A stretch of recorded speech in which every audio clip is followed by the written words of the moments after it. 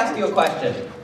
How many of each animal did Moses take on the ark? Just throw out a number or raise your hand. 2. Yeah, most people would answer 2 as well. But when asked to thousands of students at the University of Southern California, it was found only 12% of them answered correctly. 0 animals. This is, of course, because it was Noah's ark, not Moses' ark. Everyone, especially me, fall for tricks and riddles like these.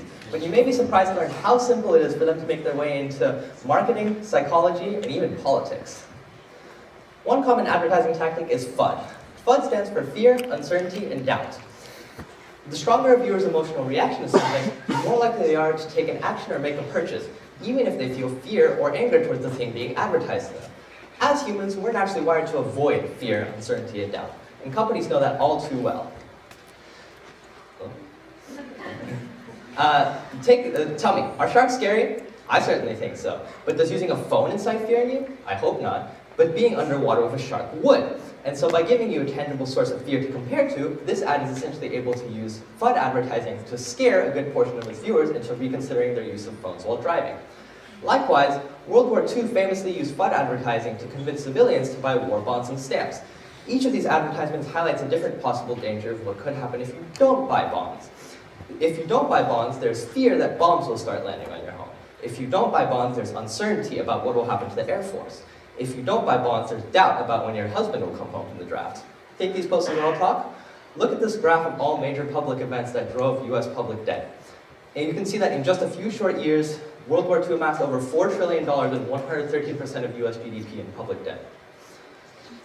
On another note, have you ever visited a website and got one of these coupons that give you 10% off for an email address or just a simple button click? Other than being a cheeky way to grab your email address, they also offer everyone who visits the website a 10% discount. But then you may ask yourself, why not just make the products 10% cheaper? Wouldn't that also drive sales? Well, this uses something called the reciprocity effect to trick people into buying products even without FUD advertising. You ever have that guilty feeling when you receive a gift but don't have one to give back? Well, here, by giving you an exclusive 10% discount, you feel like you received a gift just for you. And so you're more likely to reciprocate positively by giving a gift back in the form of a purchase. Likewise, when you're not online shopping, have you ever gotten a notification from the Duolingo owl asking you to continue your streak? Perhaps you decide to appease the owl, to appease yourself, or to save your family from certain harm. Whatever the case, Duolingo and other streak-based apps use the principle of commitment and consistency. The commitment and consistency effect states that people are more likely to take the same action that they've taken numerous times in the past.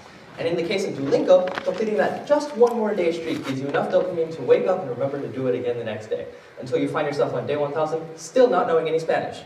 In a similar twist of otherwise illogical behavior, why do people buy chairs from IKEA? No, seriously, why do you spend $169 and 6 hours of your very own labor buying a chair from IKEA when you can buy one brand new for half the price?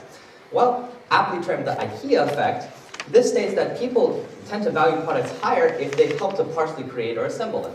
So in the case of IKEA, your product now becomes more valuable to you because you not only spent $169, but also 6 hours of your very own labor creating it. You may be familiar with this as an application of sunk cost fallacy. In sunk cost fallacy, when you began building a puzzle or a Lego set, you subconsciously fear wasting the time that you've put into it, and so you're more likely to complete it in an effort not to waste the time that you've spent. This is yet another explanation for the Duolingo phenomenon from earlier, as people who spent hundreds of days garnering a streak on the platform fear wasting the time that they've spent on it, and so they choose to continue it indefinitely.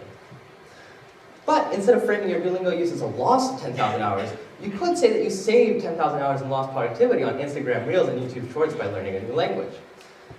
Well, this is called the framing effect. And in the framing effect, you could frame your Duolingo usage as a loss of 10,000 hours, but that feels bad.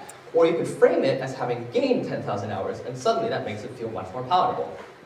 Now I have no beef with Duolingo, but I do have a question about beef itself. Out of these 2 packs of beef, which one would you buy? It's likely that most of you would buy the one that is framed as 80% lean, even though its composition is identical to the one that is 20% fat.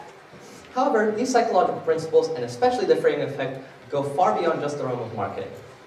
Now, this is perhaps the most influential man in all of economics. Can anyone tell me who he is? John Robel. Not John Robel. Anyone else? Jerome Powell, exactly. To the few of you who answered Jerome Powell, Chair of the Federal Reserve of the United States, you'd be correct. Notice that when Jerome Powell and other politicians speak, they'll commonly use the word tax relief to refer to tax cuts. Well, by using the term tax relief, emphasizes the burdensome quality of taxes, while any positive benefits coming from them, such as social welfare or programs, are ignored. The popularization of the term tax relief has made it difficult for opponents of tax cuts to get their argument across, because while tax cuts is emotionally neutral, tax relief is emotionally charged. It evokes the image of an oppressor burdening people with heavy taxes, and our hero, Mr. Powell, coming to save that day and take those taxes away from us.